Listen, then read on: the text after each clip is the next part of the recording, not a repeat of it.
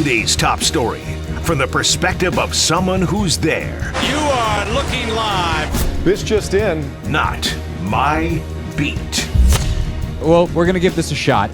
Overreaction Tuesday. And if we're talking overreaction, there's no one better than Lynnell Willingham. What's up? Nice fresh haircut, by the way.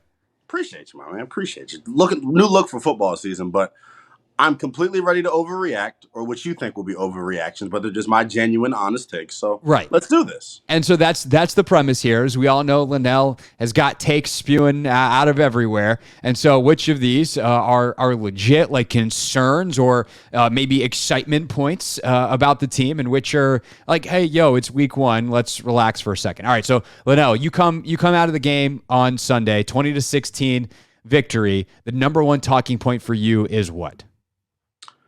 Here goes nothing. I don't know if Washington knows its offensive identity yet. In the first half, I thought they were very pass happy. We know what led this team to have success last year during that winning streak, leaning on Brian Robinson and Antonio Gibson in the running game. I thought they got away from that a little bit in the first half, but the one thing I love about EB, he gets it. He's learning on the fly just like everyone else is.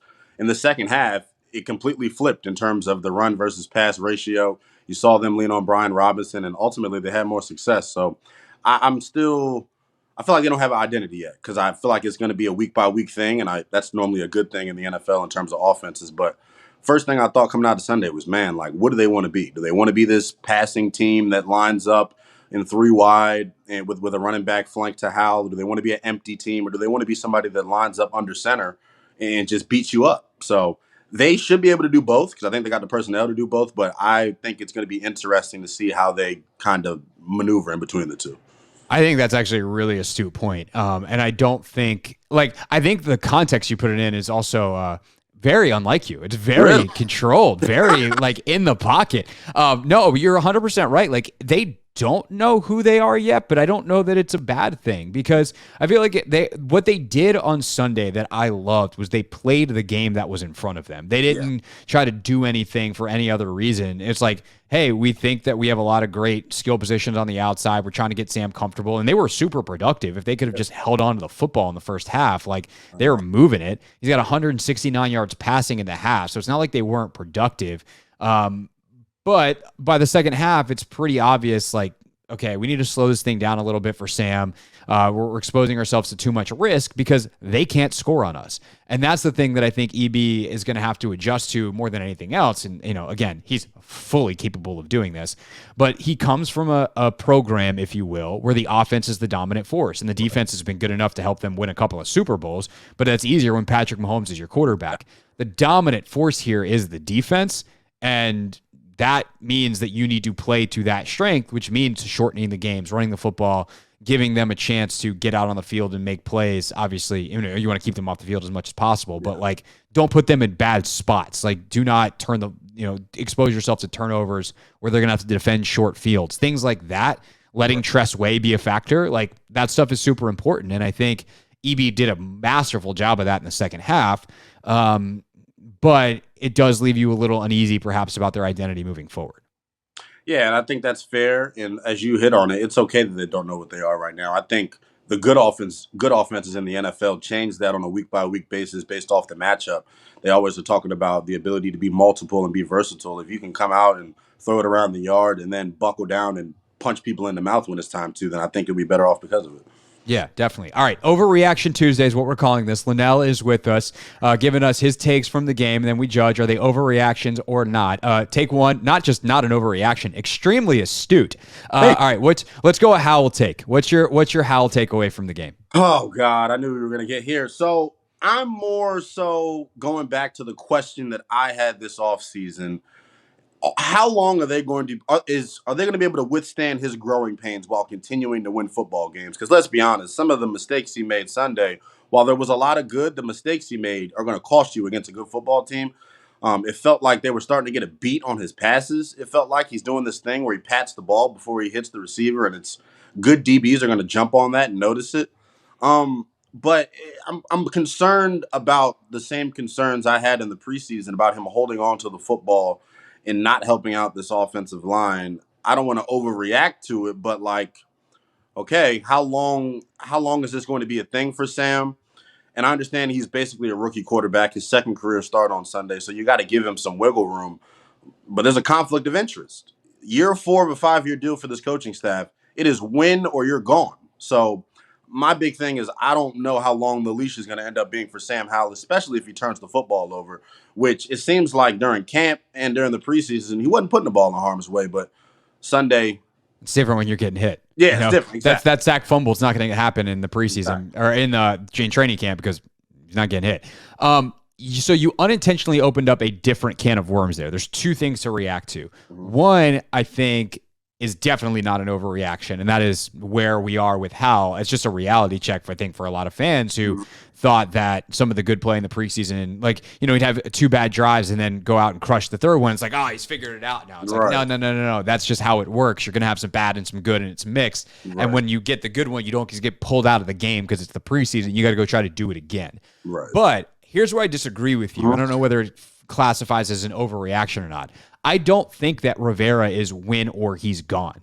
Like, I don't think that's the standard, because I think if Rivera wins with Brissett, it doesn't show that you've actually, like, you're not on a trajectory. Like, congrats, you just got another season where you're mediocre or slightly better, because it's not like they're going to go 14-3 with Brissett. So I think that Craig, if Sam is, I'm not even sure based on the offensive line that Brissett's a good option because he's not mobile.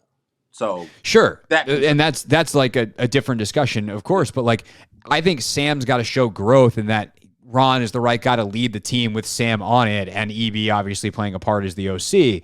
Like, I think that's the ticket to Ron staying, is they've got to show a direction and a path, and that there's a plan here to elevate to a championship level. So for Sam, like, it does take away some of what you're talking about of the two different goals. Like, for Rivera and his job security, the goal is develop Sam. Right. For the team to be at its best, ultimately in the long term, the goal should be to develop, or at least find out if Sam is developable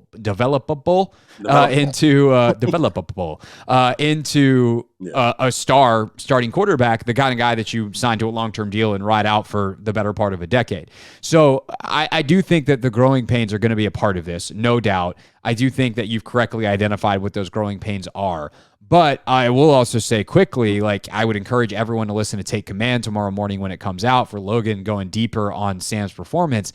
Some of the ball padding stuff, one, is actually a good sign for the offensive line. They played better than everyone thinks. Yes. Two, which I want to get to in a moment. But two, it also is the footwork stuff that you've heard guys like Keim talk about and reference that was a big issue for him coming up last year, in an area where he had to do a lot of work in the offseason. He's getting to the top of his drop before the ball is ready to come out, which results in you standing there patting the football and like DB's getting a read. You got to be able to time that stuff up. So that's some of the young guy stuff that's a little more nuanced that I think it's harder to see on television unless you really know what you're looking for. But someone like a Logan Paulson, who's spent a decade in the league, can easily watch on tape and be like, that is an issue. Yeah, and the one thing that, like, I loved with Sam, even the pass interference to Terry McLaurin, the fact that he's willing to take that shot down the field and give Terry a catchable ball so the penalty can be called, like, it just shows, like, the difference in mentality. And he's just physically more gifted than what Washington was working with last year in terms of Taylor Heineke. I overreacted a couple of days during training camp last year where I felt like in terms of, like, ball placement and accuracy, he was the best of the three. But obviously footwork. In hindsight, maybe it actually wasn't. Well, yeah, but it is what it is. But the footwork obviously is stuff that is going to end up hurting the rest of the football team if he can't get it together. But there was a couple throws, man, where you're like, dude, this is a guy under center, bro. Like, I haven't been this excited about a quarterback since Cousins, which is not saying much because it's been dog poo-poo in between Cousins and now. But yeah. I just think there's a lot to work with. I just wish it wasn't in these circumstances, because I disagree with you on the Ron thing. I really do think that ownership group that Sean Payton was referring to, 9 times out of 10 is probably the Harris group. Let's just be real. Like, there's only a couple groups that actually toured and visited the facility. So I don't know, man. I'm going to be paying attention to that all year long in terms of his decision making. And the one thing that I will also say, it's not really even on Ron in terms of Sam's development. It's on EB. It's on Tavita. It's on Kenny Z. So it's going to be interesting. When you're a coach in the NFL profession and you're leading on other guys for your job security, it's an interesting dynamic. It is a bit of a wacky thing that even like the third down decision, to run the ball. It's like time management style play calling. Mm-hmm. Ron's like, yeah, that's on EB. I'm like, what do you do now? Right. Yeah, I know that he's talked about he wants to help develop coaches, and like that's a really impactful thing. And he's going to try to spend more time with some of the coaches, like be in random meetings and be able to give his 40 years of football, expertise on these things. So I'm sure that Ron is not just sitting around playing tiddlywinks all day in his office or, digging out the old Bruce Allen putt-putt. He doesn't strike me as a tiddlywinks guy. He's probably like a cornholer, playing cornhole in the locker room. Yeah, maybe. It's a big office, that corner office. They got room for all kinds of stuff. Got his dog running around. Like, I don't know, whatever he wants to do. I'm sure he is busy doing football things, but it is kind of interesting during the game where it's like, you still are the head coach. Okay. Yeah. What exactly calls? I know you trust your coordinators and you did a good job of hiring them. But Craig, I wanted to ask you this, and you're a smart dude. You understand situational football. Yeah. If you were tuned in to Burgundy and Gold Game Day Live, my parlay was compromised because Washington decided to punt and not kick the field goal at the end of the game. That was a horrible decision, and I'm not just saying it because of my parlay. They kicked it to him. If he returns that kick, they lose. You kick the field goal. You put yourself up 7 points. How long would the field goal have been? They ended up getting the ball to the Arizona, 34, 35 after the penalty? Now I have to look this up because I I'm don't think you you're gotta right. kick the field goal. Tress ends up hanging a nice punt. He doesn't return it, obviously. But maybe it's my money talking from my brain. Who knows? But I think your money's talking here. But we can dive in. This is an interesting. This is perhaps an overreaction here on Overreaction Tuesday. Since we're talking situational football, I'm like, dude, what the hell's going on? Like, why did you make that decision? I just don't agree with it. So it's 7 seconds left. Mm-hmm. Which is, and it's at the Arizona 41. That's so where the ball was snapped. That was after the delay of game? Oh, no, it was the 30. You're correct. It's the 36. So that is what? That's 43-53. Here's why I agree with the punt there. I think a field goal block in that situation is more likely than a punt block. Right. So get the ball down. If they can return it, and you've got Tress Way, 99 yards. After Tress skies one, by the way, because you're telling him, hey, man, get some air under it unless it's about to get blocked, then just get it off. I think that's the safer because you can't lose if the clock's at 0.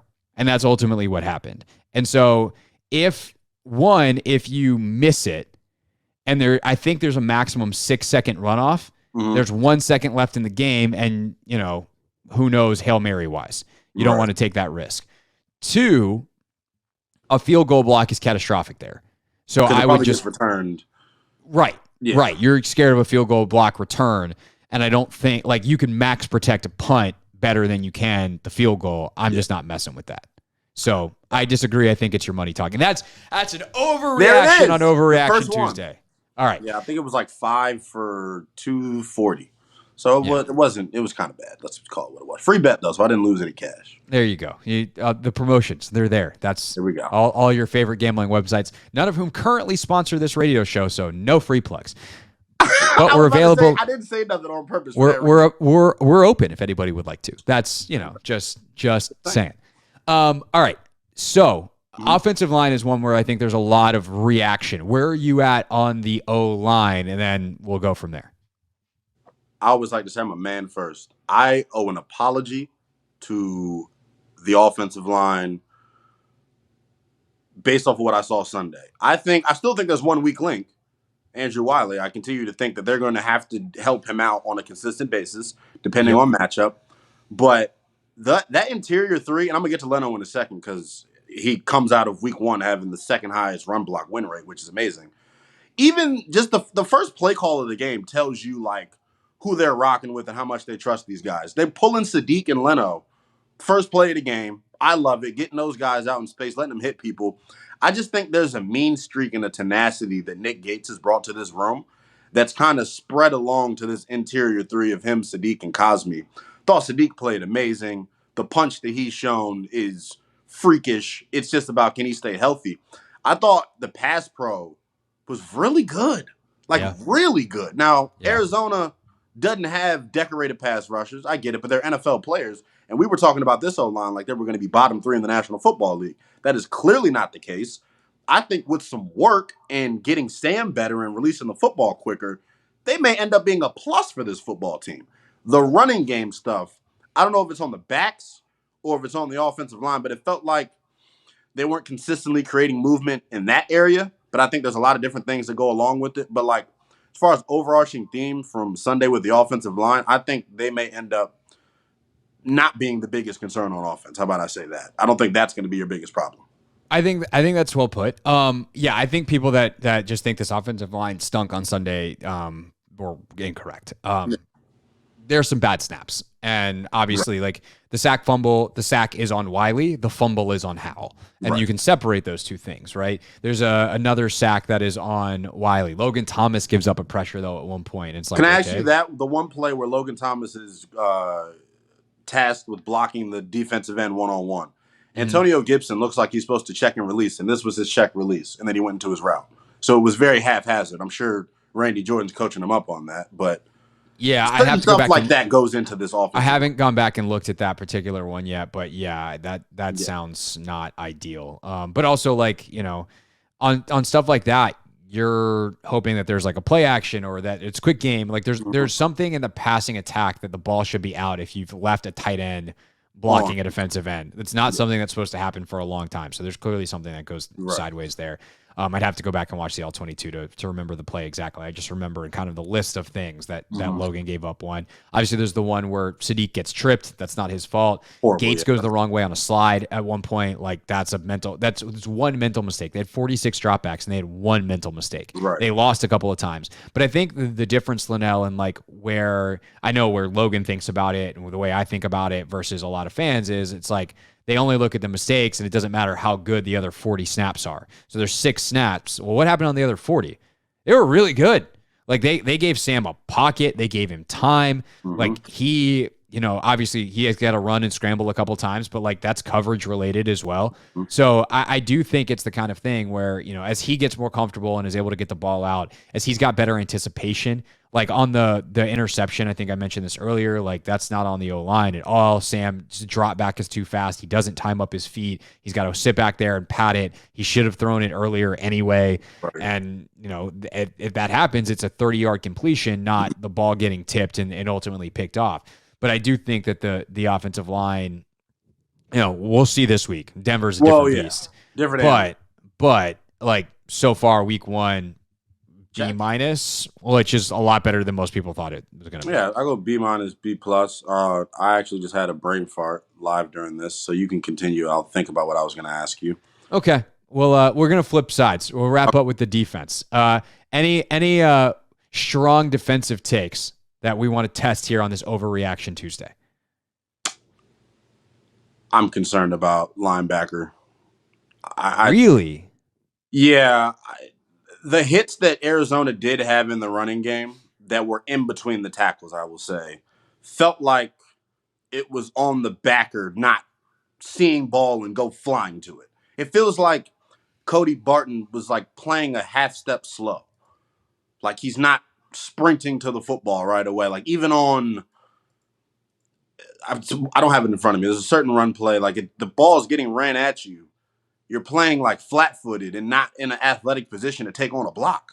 And you get washed out of the picture multiple times. Like that kind of frustrated me. But my overall thought about defense is the way they flew to the football. Like it felt like they were flying fast. Now, if you watch Sunday Night Football and you see the way Dallas is flying to the football, it ain't that, but it's damn close. Like I was really impressed with the way everyone was flying around. My question got answered. They're only going to play one linebacker. Like, that is what this defense is going to be most of the time. You saw Cam curl down in the box, getting physical, mixing it up. I like that, but you worry about durability because he's not the biggest guy to be playing down there. Other than that, I thought the defense was really good. I just get frustrated when they give up these hits in the running game. I don't understand it because if you don't think Javonte Williams is going to touch the ball 25 to 30 times next week, you're tripping. Right. So it's interesting you say that. I didn't feel watching the game live that Barton had a particularly bad game. And then the PFF grade comes out and he's got like a 37. And you're like, whoa, that's... He had a 37? Yeah, he had the worst grade on the team, I think, by a lot. Maybe Jamin PFF doesn't like him. Jamin was great.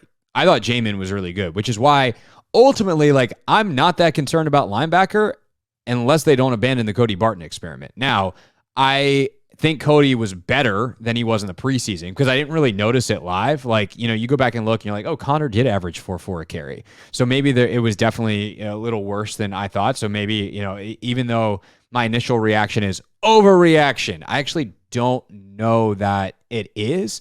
And I think we'll find out a lot more this weekend. But here's the thing, Lynnell. I don't know why they don't just go with Jamin.